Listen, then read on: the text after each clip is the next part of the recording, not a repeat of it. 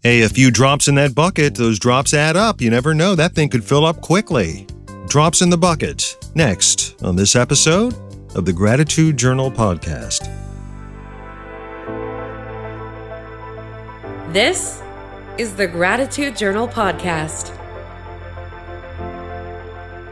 Welcome back, good people. I sit here talking to you in shorts, in a short sleeve shirt, staring up at my glass block window. I see sun bouncing off the colored trees, at least the trees that still have leaves on them, and it is an almost 80-degree day here in Northeast Ohio. Now, on this, the 23rd day of October, it is very much a rarity that we can say that, but we've been known to have those days, those days that kind of creep out of the shadows to give you one last taste before the white stuff hits.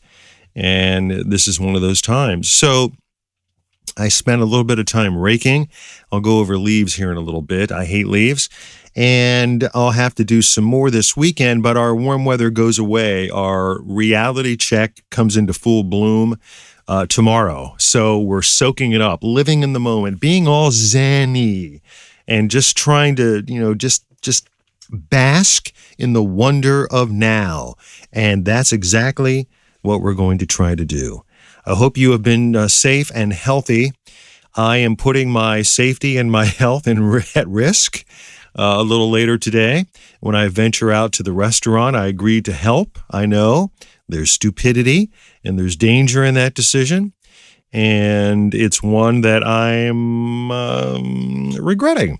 But I try to follow through when I say I'm going to do something.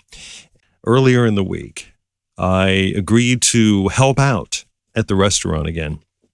And I felt bad the minute I hung up the phone because I realized that by agreeing to go, that would mean that not only would I put myself at risk, but I would put my wife and, more importantly, my parents at risk, because now I have to put myself into a 14-day quarantine and I can't go into their apartment.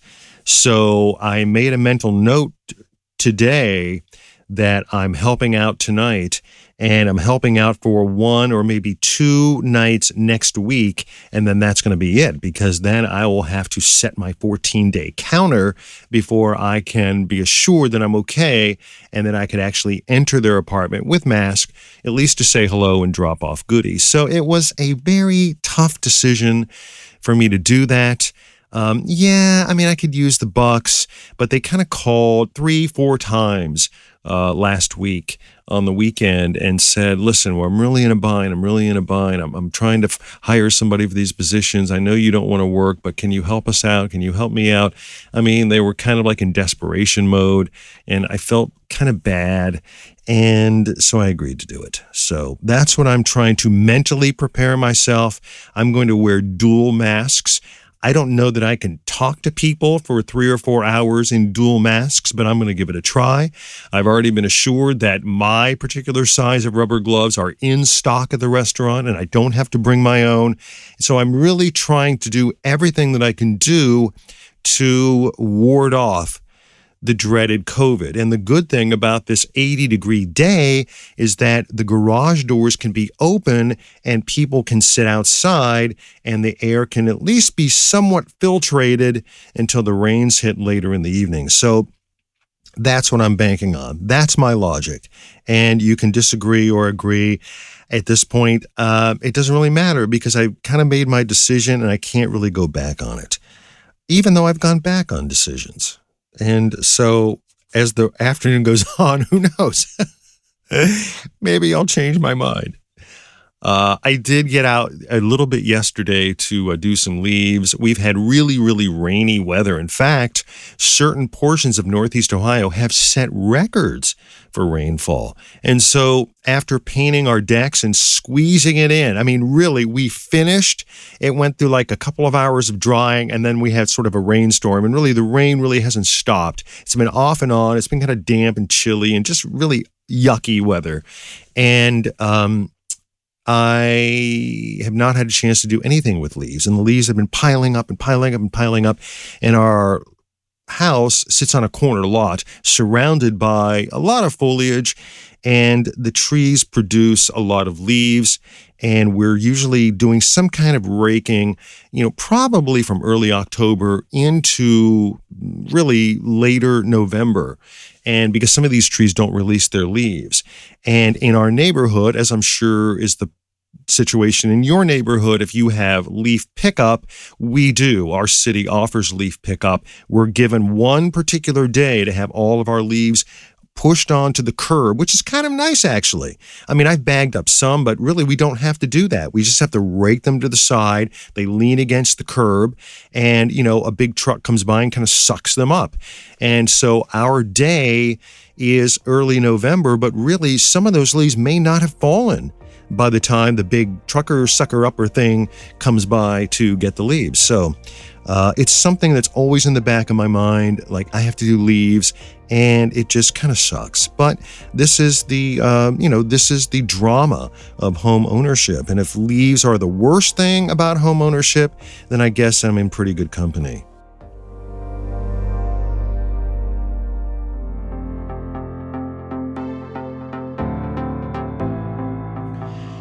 I wish I had a massive situation to share with you today, but I don't. Sometimes the ebb and flow of our lives is such that we kind of meander through the fog of our daily routine. And as I mentioned last week, while we kind of enjoy that kind of routine, we sometimes maybe think to ourselves, I'm just kind of stumbling through life. And really, stumbling through is okay. But sometimes this stumbling through, I don't mean stumbling in a bad way, we're just kind of going through the regular flow of our existence. And really, we've had so much drama this year and been a part of so many life-altering, life-changing things. I mean, really, number one being the death of our granddaughter. And then, of course, there was the death of, my cousin, and just a lot of bad things in 2020. And it's been a struggle for everybody, including the creator of the Gratitude Journal podcast, to really find these drops in the bucket, the little things that kind of add up and can add up into big things. And this has been a challenge. And I'm not shy in saying that it is. I have people on Zoom calls who, share the regular things that are going on with their lives. I have a couple of these that are scheduled every month. And in one particular Zoom call, we sort of go around the room talking about ourselves, kind of what we've been up to. Sometimes there's a question involved, like, here's the question for the Zoom conference. What would you do if you were on a deserted island and you had three, whatever those, wacky questions are. But we were going around the room, it was last week, and I just really wasn't in a particularly good mood. I didn't really want to be in the Zoom conference. I didn't feel like I had a lot to offer. And it was one of those situations where I almost thought about just kind of canceling altogether, but I try not to be that kind of person. The same kind of person I try not to be, where I could easily just reach over at my phone, send a text to my contact at the restaurant, say, you know what, I'm not feeling very good tonight. I don't think I'll show up. That would release an enormous burden off my shoulders. But I try not to be that kind of guy. And in the same way, I stuck around for the Zoom meeting, even though I didn't want to be in it. And so out of the, say, 11 or 12 people that were in the meeting, I was maybe 6th or 7th on the list. And I heard these people talking about how they're coping with COVID and how they're coping with things. And as we move into the fall, and now the danger scenarios are going to increase because we're going to be in more enclosed spaces. And it was one of those conversations where people were really trying to find the light in an otherwise dark situation. And I just wasn't feeling it. And finally they got to me and they said, okay, Matthew, what's going on with you? How are you doing? Blah, blah, blah. And I said, listen, I have nothing to add to this. I have really nothing positive to add to this. I have had a miserable year. I'm really struggling to find the depths of my gratitude about things, and I'm struggling to paint a face on it.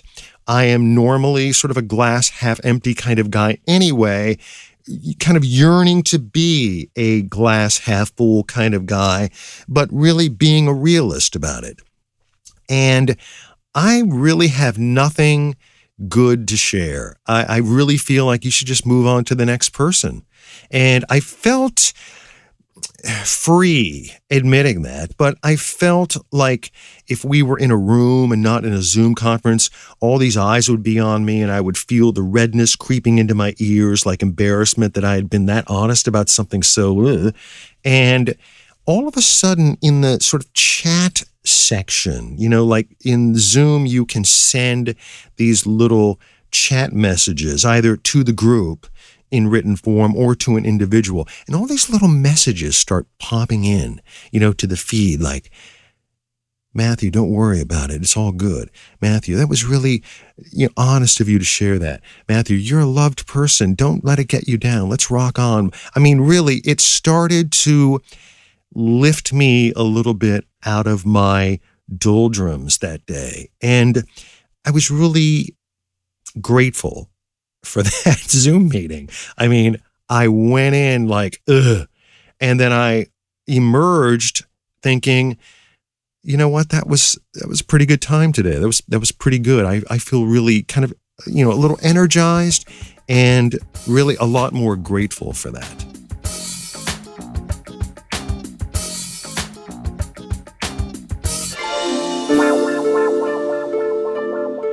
It was one of those little drops in the bucket that really kind of got me through the day. It was like yesterday when I got a phone call, and I'm sure that you've experienced this kind of thing. I may have addressed it.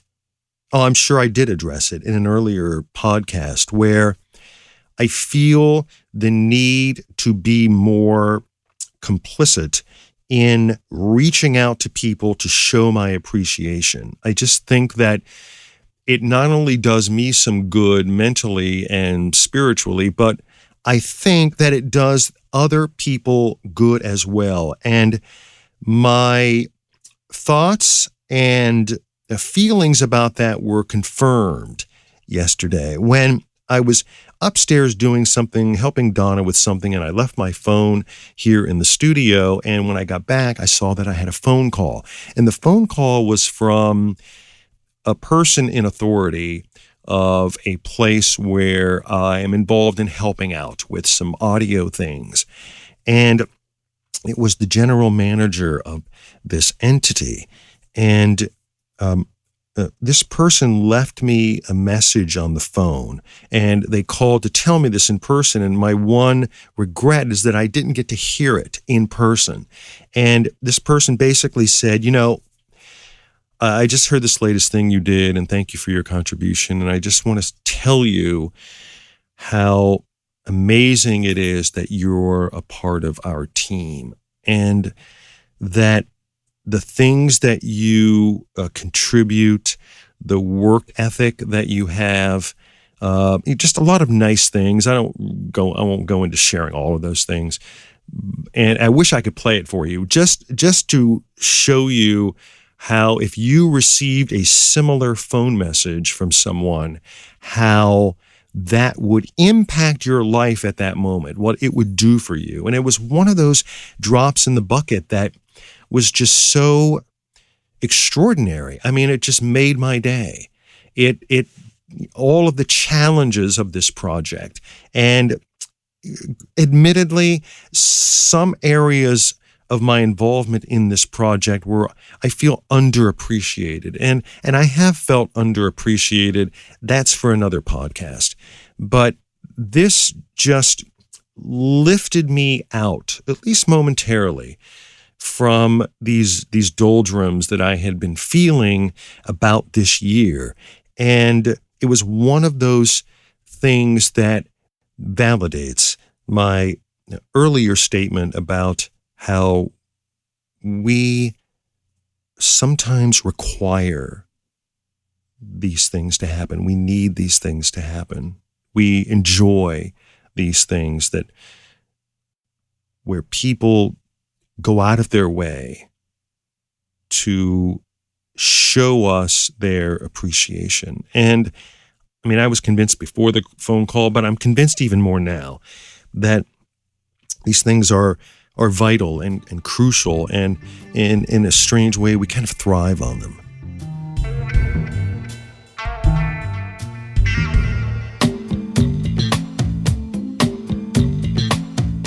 I sometimes feel like I don't know why I'm working at the restaurant. And especially now. So I spent most of the morning, as I mentioned earlier, thinking about ways that I could get out of it. And I could use any number of ways to get out of it, including lying, which I don't really want to do. So in my attempt to not be that kind of person, I've agreed to go. And I've also agreed to help out for a couple of days next week. And that's my stopping point right there. So I mentioned that in my initial phone call, and I'll reiterate it again this evening when I arrive, that you have me for a couple of sessions, and I hope you have somebody to fill the position. I'm not painting myself as this ultra special person, but I believe that there are some consequences to being inside with a bunch of customers who are not going to be properly masked up. And I'm going to do everything I can do to protect myself. And the best way for me to protect myself is not to be there. So I'm trying to help you out, do you a solid, and hopefully, this will be rectified next week. But it did make me think about how often I don't think about the people who do this all the time, who have to do this all the time. I had a friend send me an email about working and the things I was doing, part-time, and what was I doing to, make ends meet this year. And I mentioned the restaurant, and he was like, well, that's one thing I just wouldn't do. I wouldn't put myself in danger like that. I wouldn't put myself at risk, unless the consequences. Well, surely I know the consequences. I mean, obviously, yes. But, later on in the day, I routinely drove up to the grocery market. I put my mask on. I walked in, and I kind of, not ran through the supermarket, but, walked briskly, knew what I wanted, gathered my things, stayed my distance, made sure that, my mask was tight and on and covering my nose and my mouth. And when I got back in my car with my stuff, I took my hand sanitizer and I wiped my hands. And then when I got home, I bring the bags of groceries onto the front porch. And then I go inside, I grab the Clorox wipes, the ones that are left because you can't find anymore. And then I wipe the groceries down, and then I bring them into the kitchen, really trying to do all of the protocol that we're asked to do. Meanwhile, throughout, the whole day, outside of the 20 minutes that I was in that store, all these people are in that store working, like they're stocking the shelves and they're moving stuff around, and they're sitting behind plexiglass barriers in front of a cash register, handling money and everything else, and handling groceries. So they don't know who touched these groceries. And so they're putting themselves at risk for me. Like the whole store is open for me. And it's like tonight, working with the people at the restaurant, like they are openly walking around getting another beer without their mask, and their pizza is going to arrive, and they're going to spray whatever in their loud conversation, and we're working inside that facility, catering to them, hoping that they're having a good time, and good enough time to spend enough money to make up for the the lack of money that restaurants have been making. I mean, the whole chain of events is something that I really don't give a lot of thought to. And really, I need to give more thought to that. I need to appreciate these workers because I'm just temporarily one of them. But these people that stock our shelves, these people that, routinely have things ready for us so that, we can, in our protected state, run in and get what we need and emerge. And they're the ones that are putting themselves at risk. The people that are going to be poll workers, for whoever has decided not to vote by mail. These people are putting themselves at risk. All these people are. And I think that we don't think enough about those people. We don't give enough credence to the risk that these people are putting themselves in. So I'm not patting myself on the back. I freely elected to help out for a short amount of time. But some of these people, most of these people cannot freely elect to do that. They have to do it. They are obliged to do it because their welfare depends on it. And I appreciate the danger that they put themselves in. I appreciate the commitment that they make to serving my needs, and so that I can have the foodstuffs that I need to go through, a regular week. And I think they're to be commended.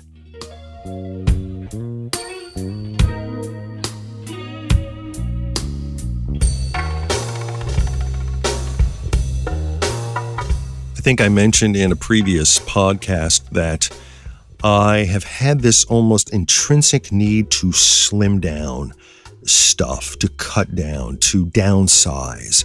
And I don't know that my better half, my lovely bride, follows those same convictions.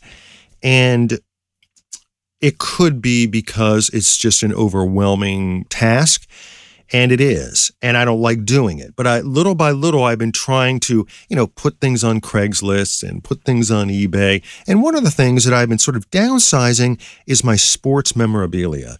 And it was always this goal of mine to not only just collect some sports memorabilia, but to harbor things that mean something to me.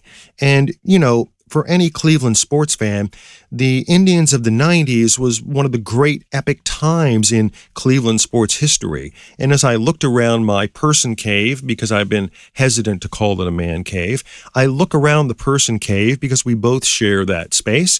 And it's pretty much dominated by a lot of Cleveland Indians stuff, but other Cleveland sports things as well, and some other things that aren't related to Cleveland sports. But as I'm doing my workout at night, several times a week, and I do it in front of a television down here.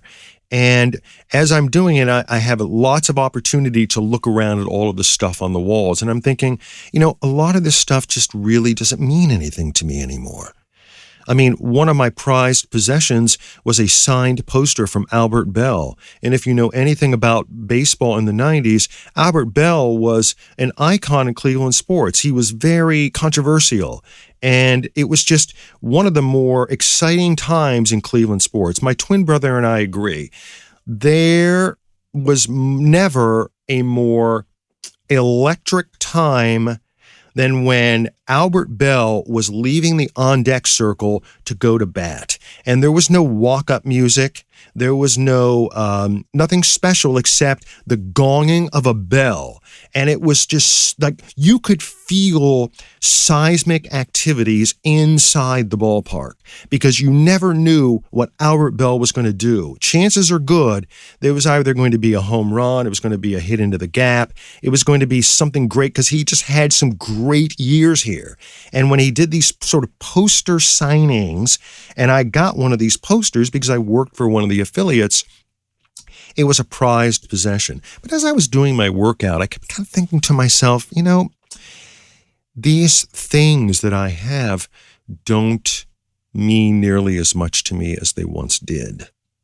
Signed Sandy Alomar posters, signed baseballs, framed photos of the 1965 Cleveland Browns, a collection of sports cards, really rare stuff. Tony Bernazard. I mean, who has a Tony Bernazard baseball card? I did. Who had Bernie Kosar's Miami Dolphins card? I did. I don't know what these things are worth because I don't really have the time to research all of them, but I decided to part with some of them, and there are other things I'm going to keep and some other things I'm going to give to some treasured people. And so this collection of things I put together in one batch, and I advertised them, and I had a couple of interested people, and someone came over yesterday and purchased them. And as I was explaining to this person that I don't have any certification because I watched all of these people sign this stuff. I watched Alan Embry sign this baseball. I watched Chad O.J. sign this baseball. I watched Charles Nagy sign this baseball. I watched them do it. You don't need a certificate of authenticity.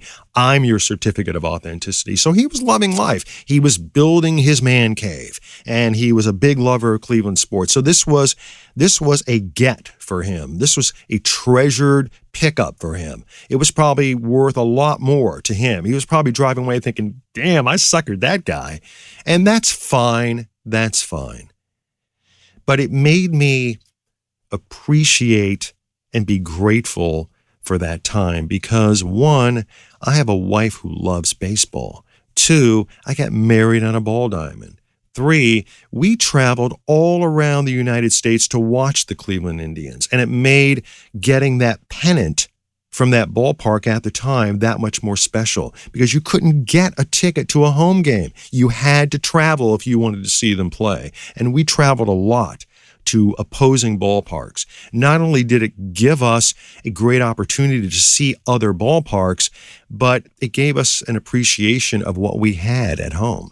And so for all those things, I'm grateful. But as I was doing these workouts, my connection to these things just seemed to be lower and lower and lower.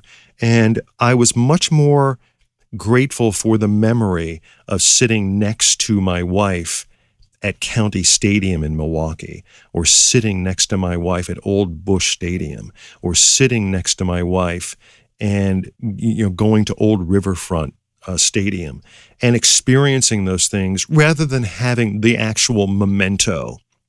And so while it hurts to part with the stuff, I find myself gladly never being able to part from the memories of being able to experience it. And I think those memories are my man cave. Those memories are my person cave. Well, I kept a couple of little trinkets of things just because they mean a lot to me. A signed book from Ernie Harwell, a signed schedule from Indians play-by-play announcer Tom Hamilton, my prized possession, a signed baseball from Jim Thome, the greatest Cleveland Indian ever. The other things seem to be like amassing things to fill up walls and space so that if someone comes over, they'll be impressed and say, oh, wow, you have a great man cave. And that validation doesn't mean nearly as much to me anymore, but I'm grateful for it.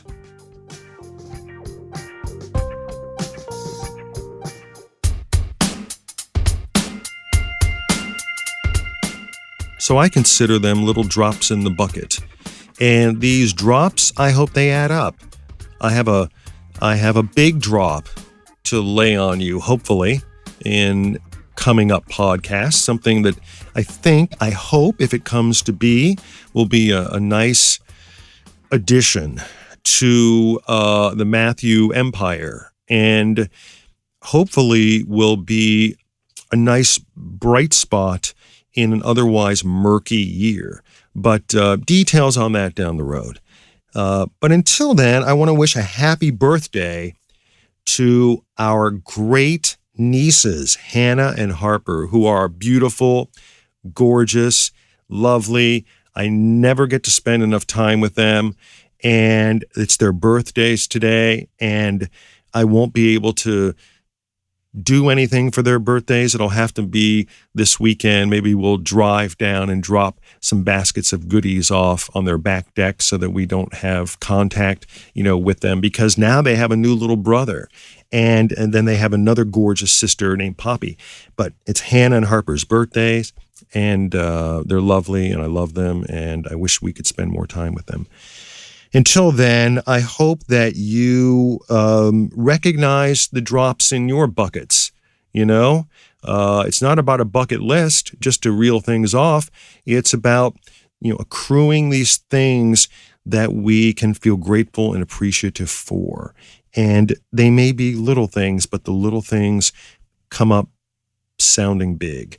And I hope those little drops become a part of your world, and that they are becoming a part of your world. And one final note, I have to say thank you and apologies to Preston, who has been so good about, and Preston, you know who you are, has been so good about supporting the Gratitude Journal podcast, has been so good about just his commitment to what this podcast is supposed to be. And I made mention a while back about, and generically so and wrongly so, that it seemed like a lot of people didn't really stay in touch, and we need to do that more. And I was in error about that, because Preston has been much more in touch with our family than probably any other family member. And so I shy away in embarrassment and beg you for your forgiveness, and hope that I can someday get back in your good graces. So enjoy your time in the sun. In the meantime, thank you for checking in, and I hope you stay safe, and I hope you stay healthy. And even though we're near election time, you know how I feel about it. Grab those masks, don those masks, mask up, and let's get this thing over with, because I just want to hug again. I'm a hugger, and I want to hug people, and let's just put this stupid virus to an end. And in the meantime, here's to your safety and your health. And thank you for checking out another episode of the Gratitude Journal podcast.